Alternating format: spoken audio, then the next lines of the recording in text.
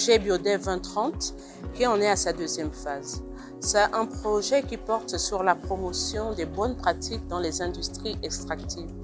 L'atelier que nous avons lancé ce matin à Makougou porte sur la question de la gestion durable des bonnes pratiques dans le secteur minier. Pour nous, nous comprenons parfaitement qu'il est important pour le gouvernement, pour les communautés, de mener des activités, mais il est aussi important de minimiser les impacts sur la biodiversité et de réduire autant que possible la perte de la biodiversité.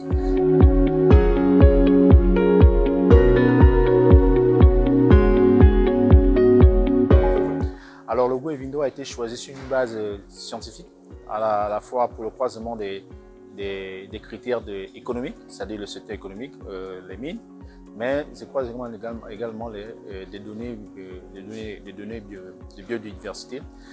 Quelle est la répartition de la biodiversité dans tout le Gabon?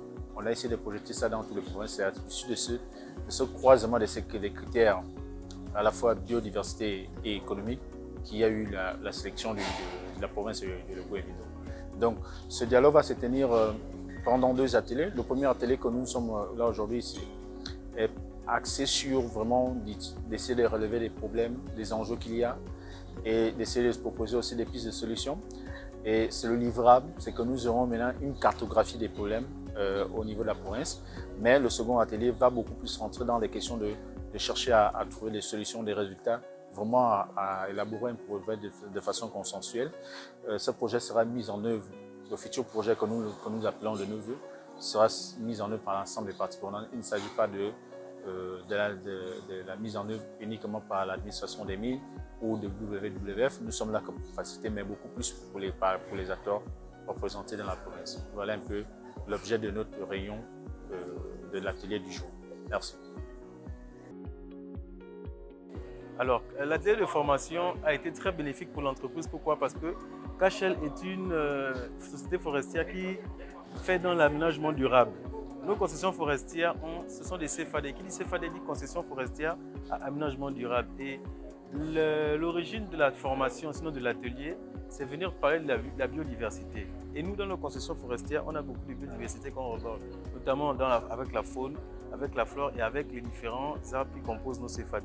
Pour moi, c'est une très belle rencontre qui nous a permis de découvrir les différents orpailleurs. On a découvert les orpailleurs, on a découvert les communautés locales, on a découvert Iron, avec qui on partage souvent quelques limites. Donc pour moi, je pense que c'est une très belle initiative que d'avoir organisé cette plénière. Madame Moutoutina Roland, chef de service activités dérivées connexes au ministère des Mines. On est là pour participer à un atelier qui s'est très bien passé d'ailleurs. Et on voulait surtout faire ressortir les mesures d'accompagnement, ce que le ministère met en place pour accompagner les orpailleurs.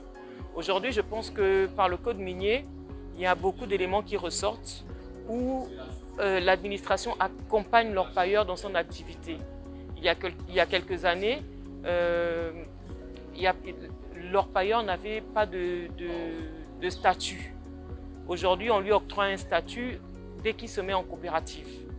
Donc ça, c'est déjà un élément de la loi qui donne un statut particulier à l'orpailleur.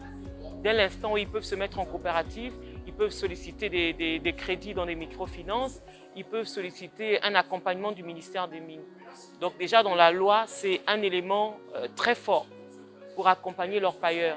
Et on a aussi mis en place une carte d'expert qui permet à l'orpailleur de travailler en toute quiétude et de circuler avec son or sans qu'il ne soit interpellé. Donc voici les éléments vraiment forts dans la loi qui accompagne l'orpailleur dans son activité. En fait, j'ai été bien satisfait parce que dans cet atelier, on a parlé du domaine de l'orpaillage artisanal pour une première fois dans le GoEvindo. Nous avons aussi parlé du domaine du bois, et le domaine de l'environnement. En un mot, on a plus parlé sur l'environnement. Comment il faut essayer un peu de protéger les rivières dont nous exerçons l'orpaillage artisanal au niveau de le GoEvindo. Et vraiment, ça m'a beaucoup satisfait.